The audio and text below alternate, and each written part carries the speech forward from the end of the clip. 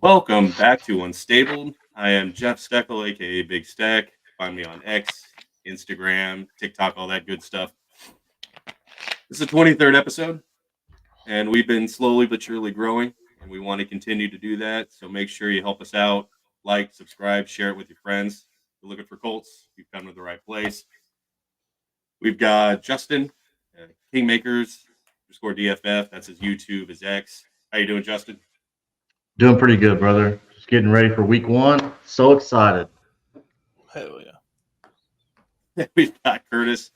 That's right, though. The true Curtis, the leader of CPN, Curtis Podcast Network, head of Texans, that real Texas team podcast, the Texans, and of course this AFC South show. How are you doing, man?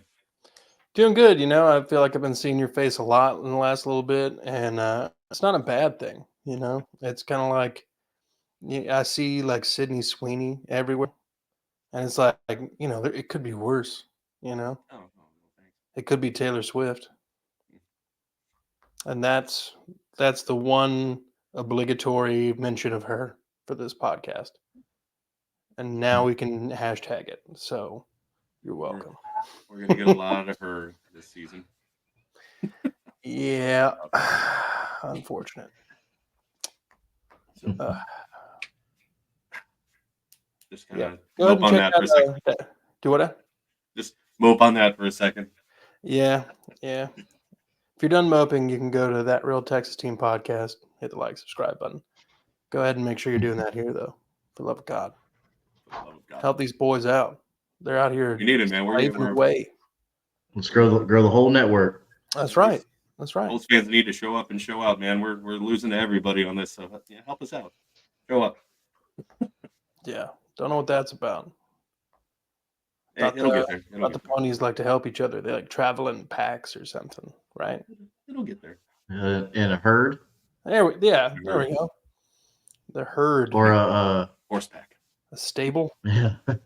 Yeah. Unstable. Unstable.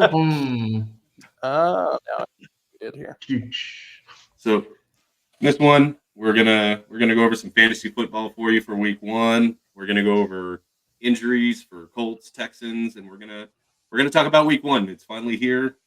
As of the recording of this, we are less than 24 hours away from kickoff and just a few days away from Sunday football. So I couldn't be more excited. It's finally here.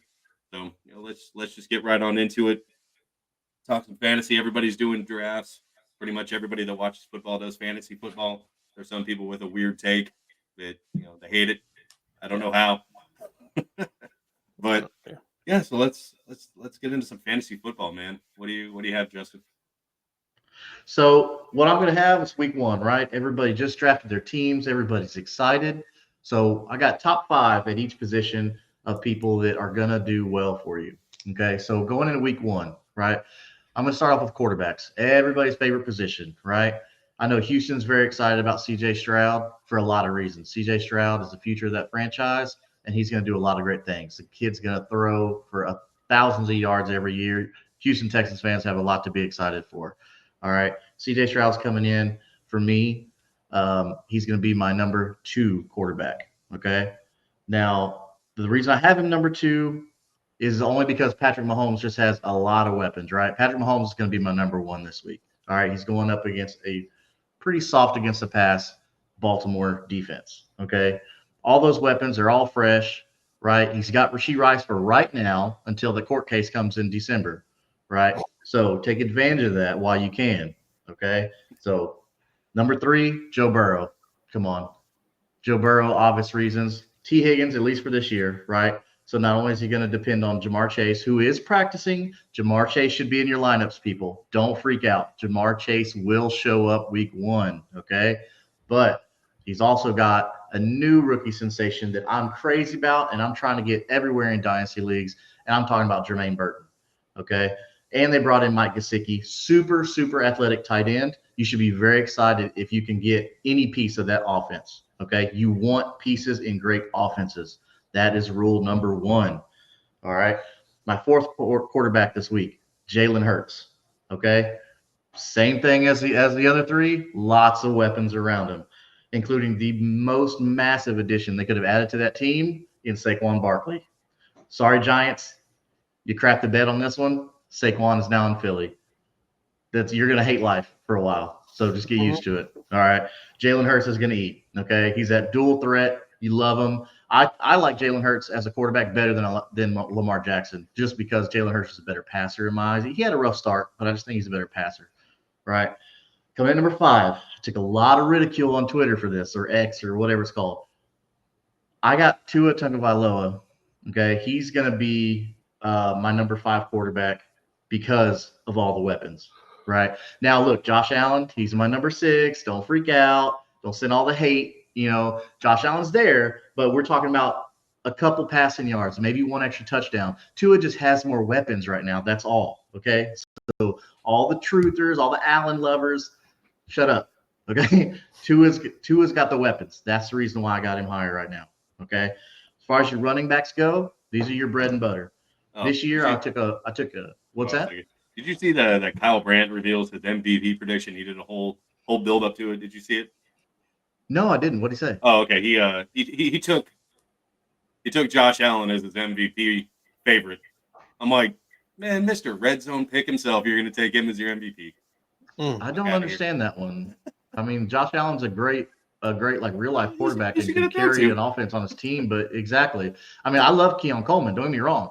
He was one of my top favorite rookie receivers this year in dynasty drafts, but he's still a rookie at the end of the day, right? So we need to temper expectations on that. And running back, you just got James Cook. Yeah, Dalton Kincaid's a good tight end. Dalton Kincaid's going to be one of your top tight ends in dynasty. I mean, he's just going to eat. The whole offense is going to go through Dalton Kincaid. But I just don't see Josh Allen this year. Okay, now listen to what I'm saying, people. This year, right? He's got some young talent that still needs to mature and grow. Okay. Next year, Josh Allen could be a freak in that offense once those Keon Coleman, right, and Dalton Kincaid. That's what I'm talking about, those guys. When those guys mature and get better at the game. Okay. Sometimes it takes a little while. Running backs. All right. I got Breece Hall, right? Breece Hall. A lot of people have, the CMC thing, right? But Christian McCaffrey is coming off a calf injury, right? And it could still that, even though he showed up to practice and all that, but temper expectations for the first couple of weeks. Okay. If you drafted CMC number 1 overall or anything like that, go look to get Jordan Mason. Okay. Jordan Mason is the backup there. And we've seen in Kyle Shanahan offense that it really doesn't matter what running back he puts in there. Okay. Kyle Shanahan knows how to get the running back production. Okay. So look for Jordan Mason as your backup, your handcuff to CMC. At least for the first 3 weeks. Okay. After that, once CMC's rolling again, go ahead and just cut Jordan Mason if you want, and you'll be fine. Unless you just got a deep bench, right? Next, I like Bijan Robinson, right? Bijan Robinson against that Pittsburgh defense, which I don't think is going to be very good. They just re-signed with, I think, Cameron Hayward to a long-term contract. But Bijan is just a freak, right? I don't think there's any other player in the league like Bijan. And now he's got Kirk Cousins there. He actually has a competent quarterback. Bijan is going to get a lot of PPR work, and he's going to get a lot of rushing yards because with all the weapons that Kirk Cousins has to throw to, with Drake London and Kyle Pitts and Darnell Mooney, that's going to open up a lot of running lanes for for Bijan Robinson. So look for Bijan Robinson early in the draft if you haven't drafted yet, but try and go get him if you can. I doubt you can unless you had a top 2 or 3 pick, right? Yeah. Next after that, I have to go CMC just for obvious reasons because he's Christian McCaffrey. He's never shown us not to draft him early or not to start him. Yes, he has a calf injury. Even Christian McCaffrey at 50% is better than 20 other starters in the league, right? So you can still start CMC if they say he's good to go, right? Even if they throttle him back. What you got, Jeff? Almost every league, I think CMC is going first. There's been a few where they've taken Tyreek. Are you going Bijan over CMC? This week, I'm going Bijan over CMC until I can see. Just if people haven't done their draft yet, are you? So I'm going to go Bijan over CMC because I just feel like adding Kirk Cousins to the Falcons' offense has done a lot for that. And Bijan and CMC have a lot of the same traits. They're both strong runners and they're both great pass catchers, right? CMC is starting to break down his body-wise because we got to think we're looking for the whole season, right? CMC is going to break down at some point. Bijan's still young. I'm going to go Bijan Robinson first overall if I have the first pick, unless you get auto drafted, which kind of is going to suck for you. It's going to auto draft you CMC on accident. But I'm going to go Bijan just for the youth, and his body's not has a lot less miles on it than CMC does. So that's to answer your question. I'm going to go Bijan with first before CMC. Number 4, Saquon Barkley, for reasons like we talked about before. Saquon Barkley is on a dynamic offense with the Eagles, great quarterback, got 2 great elite wide receivers out there, and Dallas Goedert's not too bad himself. So I think you can trust Saquon Barkley this week going against Green Bay. That should be a shootout. Jordan Love's coming into his own, so look for Barkley to catch a lot of passes along with A.J. Brown and Devonta Smith. Last but not least on the running backs, our boy JT. JT, another one. I mean, all 5 of these guys are just revolutionary running backs. I mean, they like to say JT coming out of college is, oh, he ran so much. He had all these carries per game. You know, he's got a lot of wear and tear. Prove to me how that's hurt him. I mean, look what he's done. Yeah, okay, he got hurt last year, but look what he did his rookie year. He's just proved that he can get it done when the opportunity is there. Okay. Playing against Houston, another shootout. Okay. Same thing with Barkley, going to be a shootout. So you can trust JT's hands. Okay. Unlike Tyler Goodson, he'll make the catch, right? And they're going to go to their star at the goal line. So he's going to get the red zone looks. We talked about this in an earlier pod where you got Anthony Richardson and JT on the goal line. You want to save your franchise quarterback. You just paid JT that money.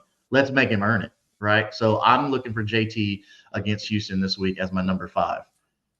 Wide receivers, really there's no surprises here. I mean, you're going to have Hill, Lamb, St. Brown, Chase, and A.J. Brown, right? They all have great matchups. Obviously, Tyreek Hill, I think, has the best matchup against Jacksonville. Okay, Jacksonville's defense sucks, right? Sorry, Third and Teal, your defense sucks. Tyreek Hill, Jalen Waddle, Tua Tagovailoa, they're going to rip you apart, and they're going to be the dominant team in Florida this year. CeeDee Lamb, other than Jake Ferguson, who the hell else are they going to throw to? I mean, let's just be real about that. The Cowboys have no options. They're on a borderline rebuild. But the good thing is CeeDee Lamb's an elite talent that you can throw to. You just throw it up, and he'll figure out a way to get it. CeeDee Lamb just has that innate ability to do that. So you can trust CeeDee Lamb against the Cleveland secondary. I wouldn't run the ball too strongly against them, but CeeDee Lamb's gonna put up some numbers for you against Cleveland. St. Brown, Amon-Ra St. Brown against the Rams, same thing. Rams secondary, I don't think they're going to be able to hold off that offense. And Amon-Ra St. Brown is going to be the beneficiary of that because they have so many players they have to look out for. Jahmyr Gibbs, David Montgomery. Then you've got Sam Laporta, who had an amazing year last year, who could have contested for Rookie of the Year, even though, like C.J. Stroud obviously earned that. But so Amon-Ra St. Brown has a separation. Jameson Williams is going to be the field stretcher, so St. Brown's going to get all that extra utility work. So I believe Amon-Ra St. Brown at number 3 is going to be a great start for you this weekend. Jamar Chase, yes, he's going to play. Let's not freak out. He's at practice. He's a professional. Him and Joe Burrow are boys. They've been boys since college. I'm sure they're talking behind the scenes. Jamar Chase will be there. And against New England, why wouldn't he play? I mean, that's like a bye week, right? So Jamar Chase is going to eat for you. Don't worry. Lastly, A.J. Brown on the wide receivers against Green Bay. I already mentioned it's going to be a shootout, right? There's going to be so many points in this game because Green Bay is loaded at wide receiver and Jordan Love's coming into his own. A little questionable at running back. But, I mean, Josh Jacobs is all right, but still questionable, right? But the Eagles, you have nothing to worry about with that offense. They know what they're doing over there, so you can trust that. Tight ends, real quick. I got Sam Laporta against the Rams at number 1. Sam Laporta, I don't look to hit the brakes at any point. He's probably just going to keep going with what he did last year and keep it rolling. Mark Andrews, lack of options, right? Zay Flowers is good, but Mark Andrews is the number 1 in that offense. That's just the truth of it. They're going to try and get Derrick Henry involved, but all that's going to do is open up more passes for Mark Andrews. So you can trust Mark Andrews at number 2. Number 3, I've got Dalton Kincaid against Arizona. Another weak defense. And a Bills scout has already come out and said that, yes, the offense is going to run through Dalton Kincaid.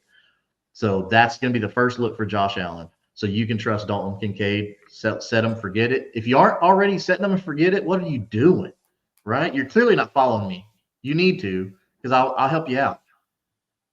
Travis Kelce, that rapport with Mahomes, even though it's Baltimore and they're really good against short passes, Travis Kelce is going to still get his work. For the time being, he's still Travis Kelce, right? Now in Dynasty, I would be selling Travis Kelce for any 25 first that I can get, because Travis Kelce is about to hit that wall hard.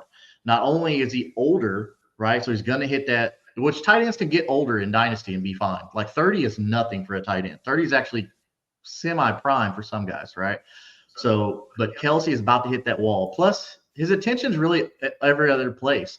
One, you've got Taylor Swift on one side, and then two, you've got his podcast with his brother that just got bought by Amazon for crazy amount of money. So his focus and attention is other places right now. So if you're in dynasty leagues, right? Listen to me, dynasty, I would look to sell Kelce if you're not a 100% contender this year. So my last tight end for week 1 is going to be Evan Ingram against Miami. Okay. Trevor Lawrence, he's still doing okay, right? He's not what everyone thought, not what I thought he was, right? I thought he was going to be the next Andrew Luck, but hey, there's still time. He's young. That's fine. Evan Ingram has produced for you in the past in redraft. Ever since he left New York, he's found his footing in Jacksonville. So good for Evan Ingram. I'm very happy for him. He came out and had a great rookie season, and after that, it was all downhill. New York just ruined his potential there. Yep. But you got Christian Kirk, who's healthy now. They just cleared him today. He's healthy, so he'll play. Christian Kirk's going to get his work, but Trevor Lawrence is going to be under pressure. So look for Evan Ingram to be that quick dump off for Trevor Lawrence until they can open up that offense week 2, week 3, like that. So those are my top 5s at each position. Let me know what you think. Leave a comment. Hit me up on Twitter, X, whatever. I'd love to talk to you about it. I know some of these you may not agree with. Some of these you might. Some of these are chalk, but that's because some of these guys are just elite players. There's some guys you can just set and forget, and you literally don't worry about it the rest of the season unless they get hurt, right? But I will have in the future, I will have some more kind of deeper cuts if you want, some guys that you need to pick up on waivers, things like that. So follow for more, and we'll get back into Texans Colts, I believe. Yeah, absolutely. Yeah, if you want any advice, start, sit, this guy versus this guy, drop a comment, let us know. We're usually pretty fast to respond. DM me, let me know. Like I'll respond to DMs. Yeah, go ahead. I love interaction. But yeah, so Colts Texans is Sunday afternoon in Indianapolis. Excited. I'm going to mention it. We didn't mention it on That Real Texas Team podcast, but it's been over 10 years since the Colts have won on opening day. So it's time we buck that trend. We're due. It's due. I don't want to be jinxing it, but yeah, we're due. Got some minor injuries, I think, for the most part, where both teams are relatively healthy. I mean, it's the beginning of the season, so they should be. But I know Matt Gay's been nursing a groin injury, so he might not go. Maybe, I don't know.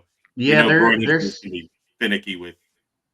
They're saying Spencer Schrader should start if Matt Gay's hernia is still messing with him. Yeah, and of course Downs hurting training camp, so he's iffy. He didn't practice today, so he did win the starting position at safety though, so whatever. Yeah, but unfortunately Downs he is still questionable, so I'm thinking more of a week 2 target. I'd be surprised if he suits up for week 1. Okay. They're loving AD Mitchell, bro. Like I think Downs, he's a great route runner and good separator, but they're loving the way that AD Mitchell is separating. Mm-hmm. So I don't think we're going to be hurting too bad. I mean, it sucks. We're going to be missing Downs for the Texans week 1, but I think it's still going to be a great showing out. Yeah, for sure. Where are the Texans sitting at?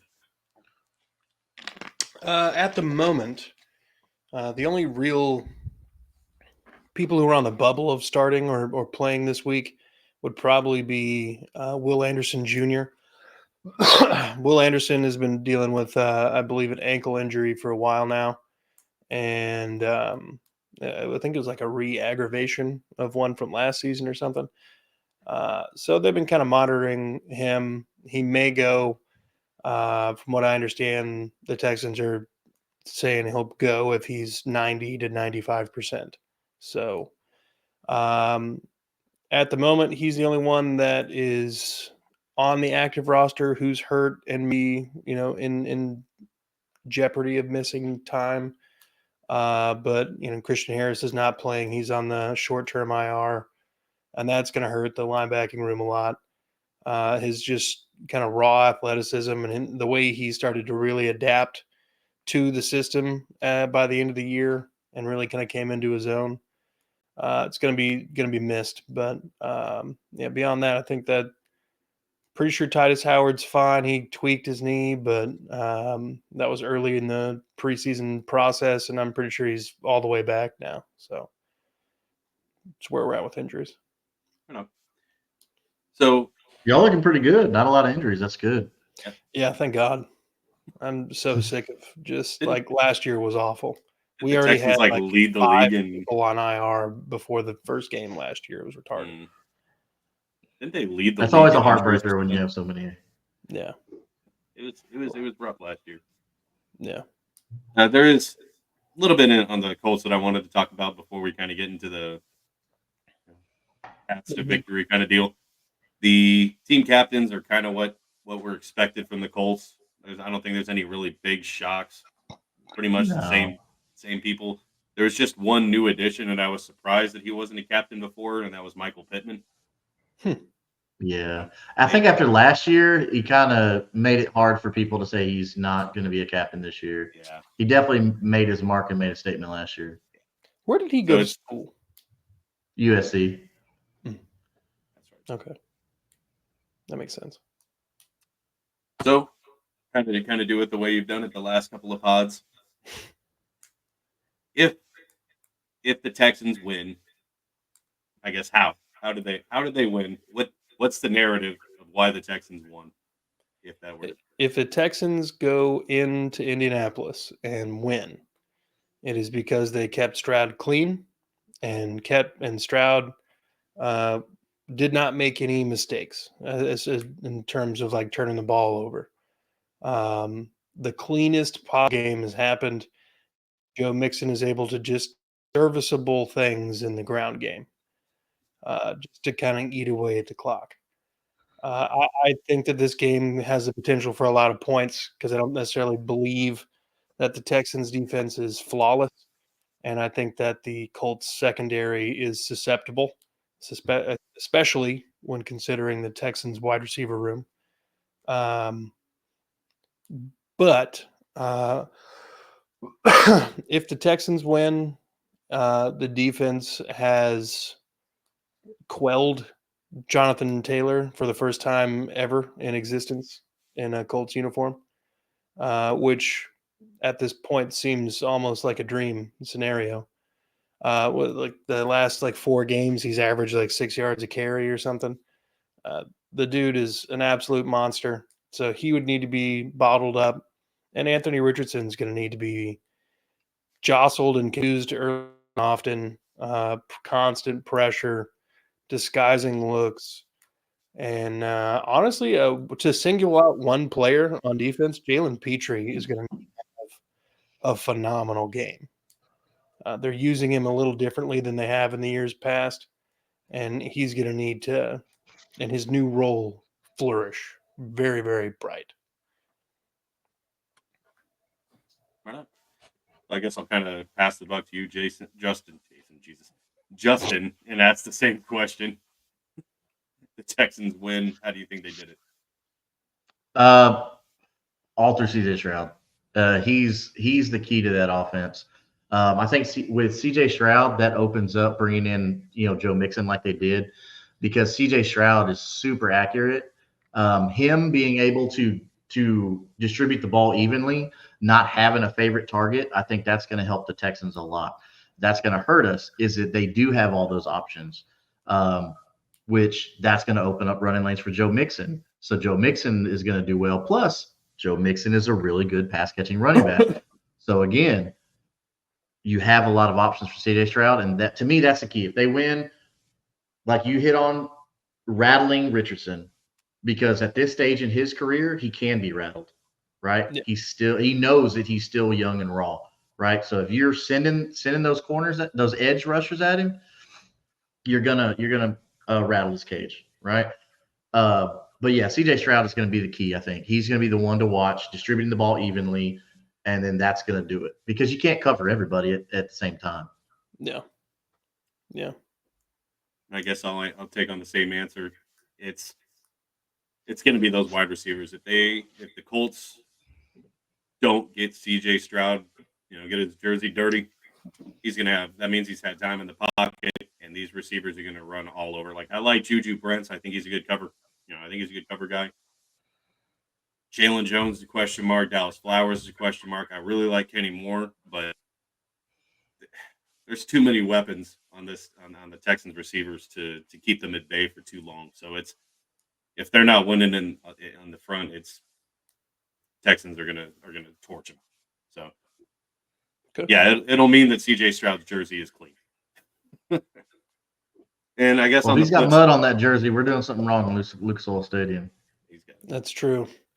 Well, he wants that like green grass dye, I guess. Yeah. I'm just messing with you, Jeff. Well, I mean, they get the stain, the paint. Leave me alone, all right? So you can get grass stains in NRG. Y'all got that farm grown grass. Yeah. On pallets, I think I saw those pallets. I mean, like they can get like the paint, whatever from. I don't know. Leave me alone. So I guess I'll ask you to flip. If the Colts win, what did they do? If the Colts have beaten the Texans in Indianapolis, not only have they broken the streak, they have now. Jonathan Taylor has continued his. Anthony Richardson has taken a step in development. The game seems to have slowed down for him a little bit. He's kept clean. He's mistake-free. He's completing 55, 60% of his passes and having a solid outing on the ground. And he's taking care of himself and the ball. The defense is shutting down the interior of the offensive line with Buckner and Grover Stewart. Getting constant inside pressure on CJ, causing him to make mistakes, causing him to, fumble, throw picks, shutting down the running game, making that Texans offense inept. You can have all the best receivers in the world, but if you don't have the time to throw them the ball, they're useless. So that's in my opinion, that's how the Texans end up losing this game is DeForest Buckner and Grover Stewart just say, hold my beer and just destroy. Yeah, I'll toss it to you, Justin. Let's not forget about that future defensive rookie of the year, Latu. Let's not forget about that. All right, huge addition in the draft. Got nothing but disrespect. I'm not worried about that rookie Latu. I'm not worried about that. He fucking should be. I'm not worried about Yeah. it. Compared to the other two guys who were 300 plus pounds and both 6'7" or whatever the hell. More reason to worry about him. Like, who do you focus on this defensive line? Yeah, someone's going to be all coming at you. Is he going to be playing predominantly the left, or they have him? Is he like a weak I side? thought he was on the right side. Yeah, I thought he was on the weak side. They've got Latu listed behind Kwity Paye on the left end, but they're going to flip around a lot. I guarantee it. But they have him listed. Yeah, they're going to find a way to get their best players on the field, even if that means all three of them. Yeah, I mean, they're going to have different schemes. They've got Tyquan Lewis listed opposite of Kwity Paye, so I'm assuming they're gonna rotate out a lot. So yeah, I feel like starting there is kind of it doesn't. Which even better because now you got fresh legs. You're not going to be dog tired every time. So that's even better. Yeah. Honestly, 4-dimensional there, I guess. Of course, yeah. It's just great. It's a great defensive coaching doing that. I mean, why not have that depth? That's why you have the depth. Right. Yeah. So to build off what Curtis said, if the Colts end up winning, I want to give a lot of credit to the offensive line. We have a stellar offensive line. I think Pro Football Focus has the Colts the number 3 offensive line, and I think that's right where I would put them, just based on the talent that we have.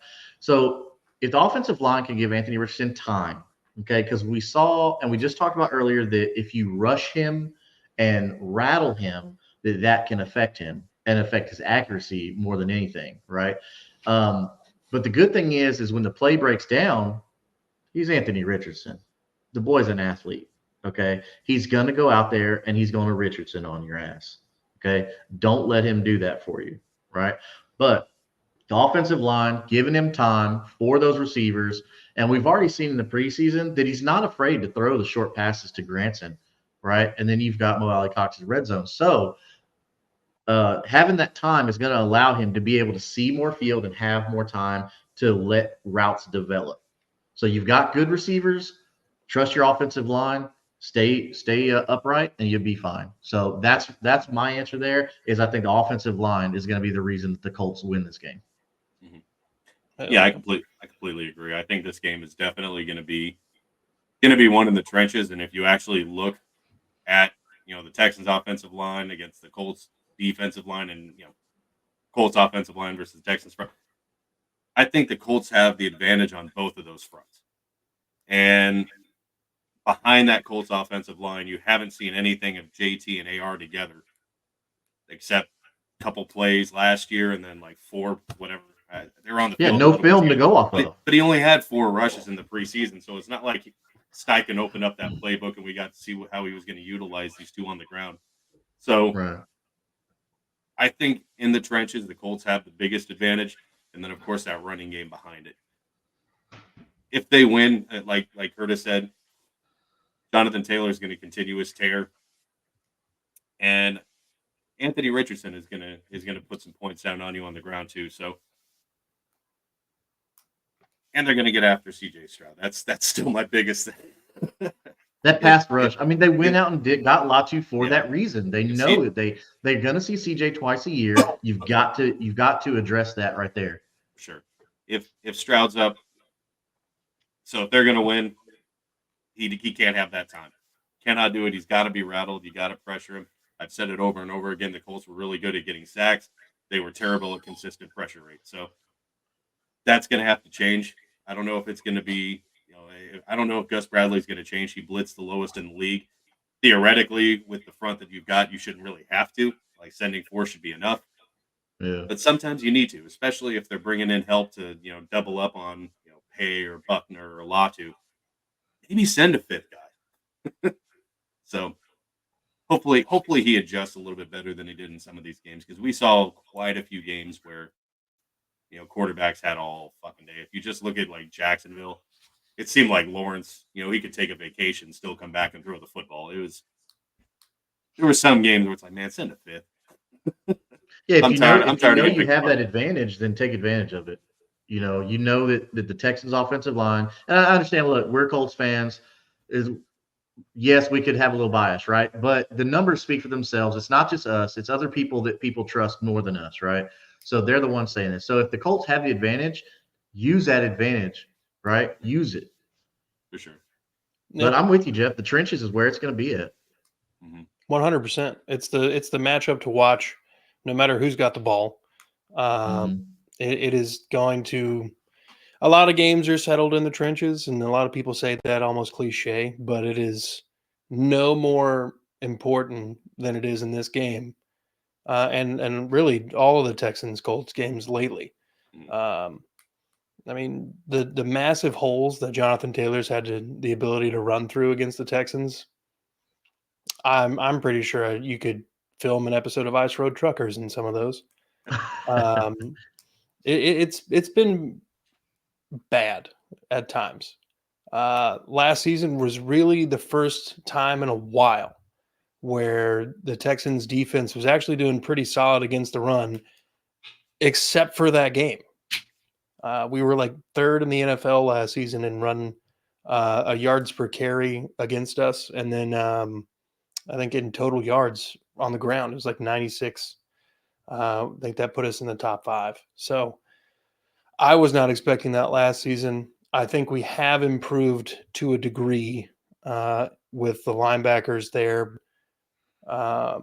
Jonathan Taylor's a man amongst boys, and uh, just the same way you mentioned when you were talking about Dalton Kincaid being the way that the Bills are making this offense move.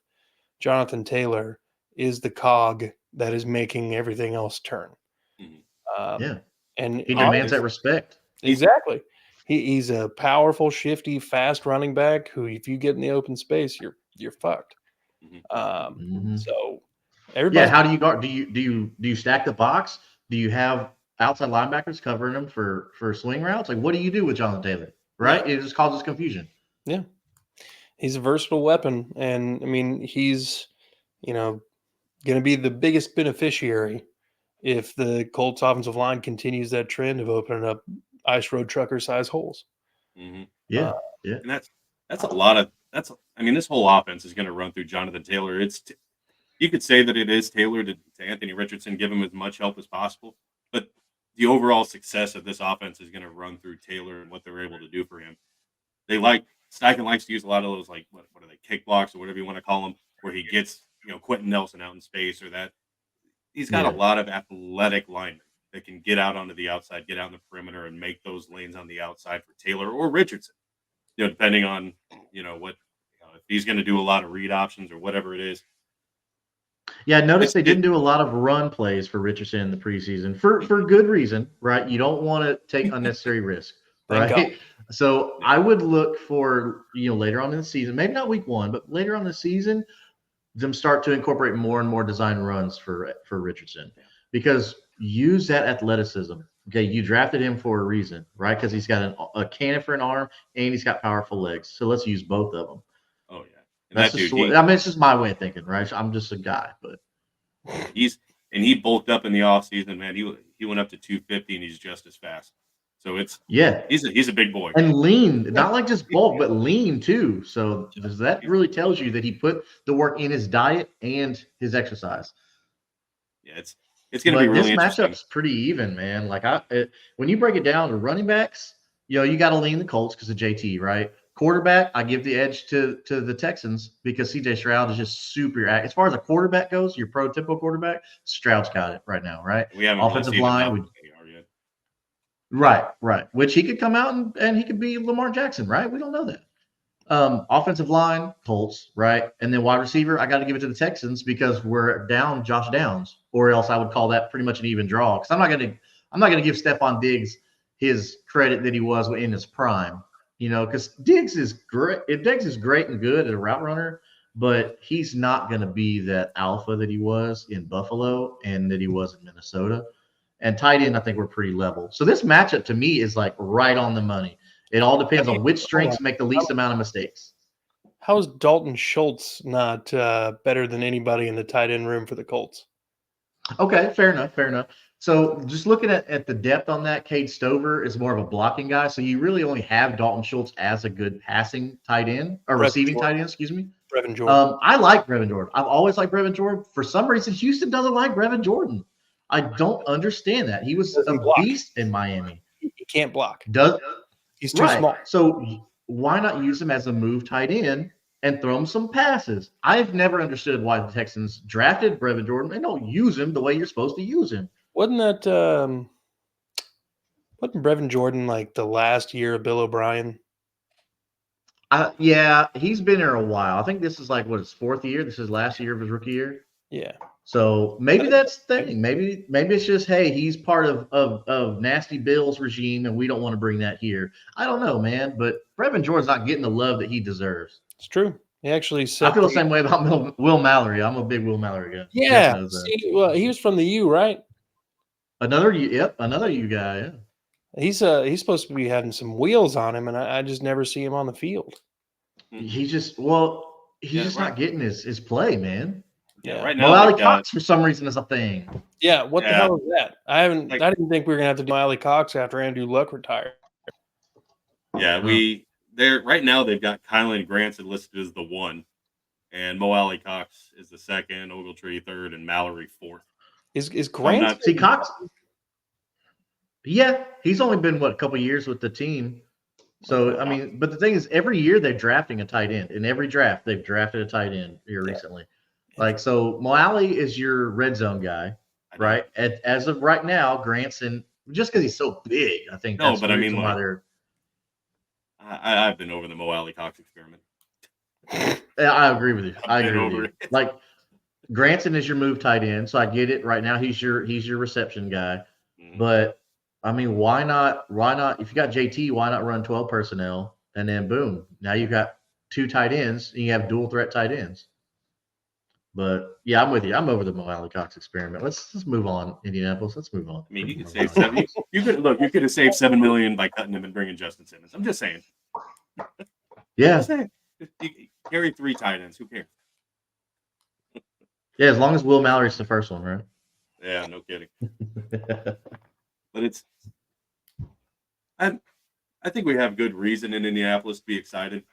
There's a lot of potential. Like I mean, Curtis has brought up on multiple occasions, and I've seen it. He's played what 20 something games to this point in his 22 years. So he's very wet behind the ears. He doesn't have a lot of experience, but man, his talent level, his athleticism is ridiculous.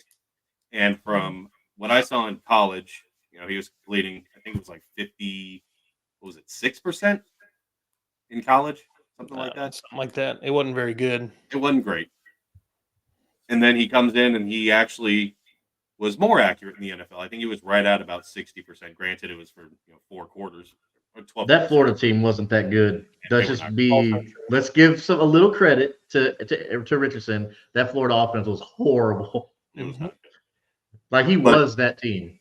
he came into the NFL, which is much harder, and had a better completion percentage for the time that he played. So I think with the addition of Adonai Mitchell and even Anthony Gould, I mean, he's going to be, kick return duties, but I think he'll get a lot of time. And, Kylan Granson, he's got Mo Alley Cox, Ogletree. They're tall, big guys, big targets. I think passing, he'll be all right. And I've been kind of down on Alec Pierce. I was really on Alec Pierce. Like, man, he's fast. He could be the next, I don't, not Tyreek Hill is not that fast, but he's really quick. I'm not saying that, but I'm saying he's really fast. And it's just he hasn't really had that quarterback that can really utilize his speed. Like he had Matt Ryan, couldn't really get much air on the ball. He had Minshew, who sometimes could, sometimes couldn't. He didn't play a lot with Richardson. So I'm also curious to see if Alec Pierce can kind of shake that and have the year that we've been expecting from him, or if he'll just kind of fade away once Downs comes back too. So with Downs being out, this is Alec Pierce's time to shine. I mean, he's got to show right now what value he brings to the team, because ever since they've drafted him high, he's underperformed. Now like you just talked about, that may not all be his fault, but in this is a what have you done for me lately league. Yeah. So even if he comes out, does decent, and they can maintain him a couple catches up to the trade deadline, honestly, I would look to trade Alec Pierce for whatever you could get for him, right? Like, or keep him as a depth piece, but he better do something before Josh Downs gets back, because Josh Downs already solidified his spot on the offense. Yeah, for sure. Yeah. And AD Mitchell, he's versatile. He can play inside and outside. So I don't really see them as the same type of player, because you just got through saying Alec Pierce, he's your deep threat. AD's everywhere. That dude's a super athlete. So he's got to, Alec Pierce, he's got to do something to stand out and earn his spot. Say, I deserve more catches. Even, Michael Pittman, he did just sign his contract, but it's like, I don't want to say he needs to look over his shoulder, but I think Adonai Mitchell definitely has the versatility to take over that one spot. So, yeah, he's definitely just as big of a prospect coming out of college as Pittman was coming out of USC. Yeah. So, in my eyes, we have two number ones that can play outside. Pittman can play a little inside, but AD's, he can do it. Dude, he can do it all. So when they took that pick, I was very happy, super happy. And over in Houston, a lot of people. We had a whole short on this about Stephon Diggs being a diva. I don't know, man. I've always liked Diggs. Yeah, he's an athlete and he's very passionate about what he does. But I find it crazy, all this narrative that he's a diva, but he was a captain in Buffalo. He was a captain in Houston now,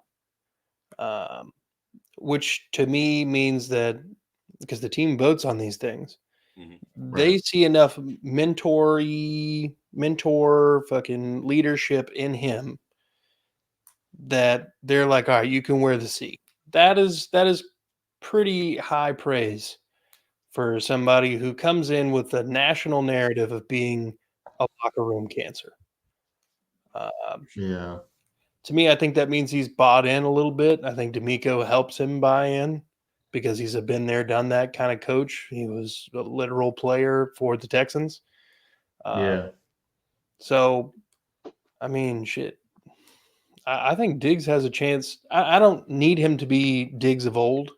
I need him to be a No. good complement to Nico Collins. I need him to be there in case Nico and or Tank Dell have to miss a game. That's all I need from Stephon Diggs. Well, and the good thing is, I think Stephon Diggs is in that time of his career where hopefully he's seeing that he is in that mentor stage now.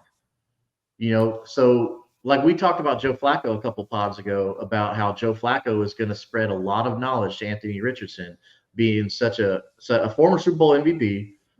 Whether I think Jacoby Jones should have been the MVP or not, but he's got that knowledge. He's been in the league a long time. He's going to help the younger player in Anthony Richardson, right? Yep. And even the receivers saying, "Hey, this is what your quarterback's looking at. This is what they want you to do." So I think Stephon Diggs, like I said, hopefully is in that same mindset to say, "Hey, Tank Dell, you're kind of like me. Let me show you how I became great. Nico, come here. Let me show you how I became great and help the future." Right. Hopefully it's not one of those situations where I'm coming in, I'm Stephon Diggs, I get 100% of all the targets. Right. Yeah. But hopefully that's the case, that he's going to spread some knowledge to some of these young kids. Step one: never put in your mouth guard. Never ever. Never ever. He's always got it dangling from his helmet. Dude, forever dangling. I'll never All understand that either. Like I'll see safeties just come down the dangling mouthpiece and just level somebody, and I'm like, how did you not bite yourself or break a tooth? Like, what are we doing? I could never go without a mouthpiece. Like, I'm sorry, I could never do it. No. Even if I didn't like it dangling, but even if I just shoved it with my face mask, I still had to have it. Like I didn't want to come up with like no teeth. Like I bite my tongue doing the most mundane things. If I go for a tackle and don't have it, I'm chomping down on it. I'm just saying. Oh, your new name would be Mumbles. Go coach. No, God. Let's go ahead and get into score predictions. I'm so excited to freaking watch this game. Man. Same. Football. These games are always pretty good. I mean, hell, was it the last three have been? Well, not the last three. Definitely the last two have been really well. 2 out of the last 3 were really good. Wait, no. Wait. So was it 2 years? Well, ago? that last one we had Gardner Minshew and a backup running back. So yeah. I think that goes to show more of the offensive scheme than it does who you put in there. Kind of like how I talked about Kyle Shanahan. Yeah. Same way, I think a lot of coaches are starting to see that if you design the offense right, it doesn't matter who you put in there. Correct. Right. Yeah. I mean, he learned that from his dad. His dad was doing that with Rex in the late 90s and early 2000s. Yeah, what a great person to learn from. Not just a coach that you work for, but your dad. So you're not just seeing it at work; you're getting it at home too. I mean, gosh, man, Kyle was lucky on that one. Oh man. So I think we should wrap up here with score predictions. So start with the guest. What do you think? What do you think the final score is going to be? All right. So on, I gave 2 different scores because I'm complicated and forgot to just read my first one. So do you want the over one or do you want the under one? What do you want to do? Let's hear all right, let's go over. All right. 33-27 Houston. I think both offenses have a lot of potential to be putting up a lot of points. I think that there is a world where this is another game that comes down to the last drive. I think Richardson with the small sample size that we've got from him in the NFL, still has some tricks up his sleeve that are going to trick up the defensive coordinator and D'Amico Ryans. I also think that the weaknesses of the Colts secondary will probably be pretty exploited through the air. So, provided that they can keep CJ Stroud clean, I think 33-27 is definitely possible. I'm with you on that. I think it's going to be a high scoring game. The smart money says go 48.5, 50.5. I definitely want to take the over on that. I do think it's going to be over 50 total points. Like I said, it's just you got two great offenses, and that's always fun to watch, especially with defenses that are pretty close and balanced in their own ways, right? Yeah, I mean, I don't see why this game shouldn't be less than 50 points. Yeah. If I had to say score-wise, oh, man, that's going to be tough. I mean, Colts are going to win, okay? So, sorry, Curtis, Colts are going to win. All right, that's why I'm here. Let's go Colts. Go Colts 31. And let's go Houston 24. Yeah, we were pretty close. Like you watched the podcast before it even came out. Oh, Yeah, is that what y'all said? Yeah. I was very close. Yeah. My stupid job is the reason why I couldn't be on. So stupid work. I do think that the Colts will win this game in the trenches. I do think their line is better. I do think their defensive front will get after Stroud. I'm not saying that the Texans won't have big plays. You know, that's a tough offense. That's a tough offense to shut down. So I do think it'll be very close. I think it'll just come down to the Colts kind of maintaining more possession, having the football more, just kind of eliminating the Texans' opportunities to score. I think I said 31-28 Colts. Yeah. If I'm not mistaken. 31-28. Go ahead and ride with that. So, I mean, it seems like pretty good money. I mean, most bettors have this going over 45 points easily. And of course, Houston's the favorite for obvious reasons because they're defending AFC South champs. So if you're betting, then yeah, I mean the smart money says go Houston, but 45 points seems a little low. I would lean 48 to 50 and a half. Yeah, ESPN has the over under at 48 and a half. Okay, I mean they're a gambling, yeah, so that makes sense. I don't know what Vegas has. I didn't check them, but I mean I'd imagine it'd be kind of on par with ESPN. I would imagine usually they're all pretty close. Yeah, they're all pretty close. Yeah. All right. So we've been doing kind of a marathon, so I think this is a good place to stop it at. Almost an hour. So this is almost 3 in an hour, so it's been almost 3 hours.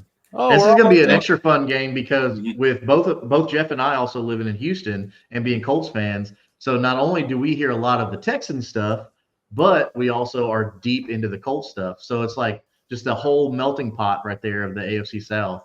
Yeah, sure. I get the same effect living in Nashville. Oh man. Sure. Yeah. But at least the Titans don't have anything that holds water. Like they can't say anything to you. You know, what are they going to say? True. You could have left that. You could have said the Titans don't have anything, and then just wrapped it up. No, yeah, you have thanks for joining. Calvin Ridley, expired DeAndre Hopkins. You know, RIP to both those careers. Tony Pollard, RIP to that career. Tajay Spears could be something, but I mean, that's just a weird offense. Yeah, fired your head coach like an idiot. Brought in Pollard to start if he was the guy. True, very true. Like. That was the most shocking head coach firing I've ever seen in my 37 years of life. He did a great job. He was the only good thing he had going for that team in my eyes. I called it. Whoa, I called that. I called the Vrabel firing. Don't give me that crap. You might have too, but I did too. I called that before the season started. I was like, they win. I think my number was like 4 wins or less, and he's gone. But they got 6, and he was fired. Think about this. So you can only work with so much, though. J-Rob, the general manager who had been fired the year before Vrabel was let go, he was given an extension the year he was fired. Yes. What are They they doing in extended him a Tennessee? 3-year contract, and They don't then know. I think 8 months later fired him. So, Wow, that's a Bill O'Brien move right there. dude, yeah, probably. Here's DeAndre Hopkins, a great receiver. You give me David Johnson, a guy with a broken back. That seems fair. And it was and a second. We got a second out of that. Hey, Ended up getting they a great- also You're second. They also Who'd got y'all a get with that bowl second? I don't even of remember. Who did soggy you get with Fruit that Loops. second? we traded for Brandon Cooks. Okay, so nothing. Okay. I mean, he got a couple So thousand. good job, Bill. Good job, Bill O'Brien. Yeah, Hey, they it got that. was definitely a fleecing, but What's he coaching like a D2 school now or something like that? he was the Low end D1? he was the OC for Saban last year. Yeah, for Alabama. And now he's like with a little college. I forget what it is. I mean, I'm sure there whoever's at that college is probably cussing me right now, but sorry, I don't know your college. Yeah. I'm sure they're one of the 49 followers. Speaking of, if you made it this far, subscribe. Hey, we appreciate you putting up with us. Like, yeah, yeah, we do appreciate it. Make sure you like, share, subscribe, drop a comment, anything that you wanted to add, fantasy stuff, any questions like that, drop it in the comments. Give us your score predictions. Just drop in the comments. Head on over to this AFC South show with new content. We're going to be doing 2 episodes a week, each pod. So make sure you head on over there and make sure you like, subscribe so you don't miss anything. That Real Texas Team podcast where Curtis is heading up as well. He's a busy guy. He's captaining both of those pods. Yes. Hopefully I can make the reaction video. Yes, sir. I think I'll be off next week, so that'll work. Oh, yeah. So definitely, like if you got fantasy questions, anything like that, like you said, hit us up, man. We like the interaction. Hit a DM. You can find me at Kingmaker_DFF on all platforms. So I did that for simplicity for y'all. So hit me up, man. I'd love to talk to you. You're welcome, guys. You are welcome. Y'all got any final words before we wrap it? Wrap it before you tap it. For sure. And Texas suck. Okay, bye. Oh yeah, for sure. Go Colts for the shoe. We are Texas. Oh God. We'll see you in the wrap up. Go Colts. They better beat the shit out of the Texans. Later, everyone.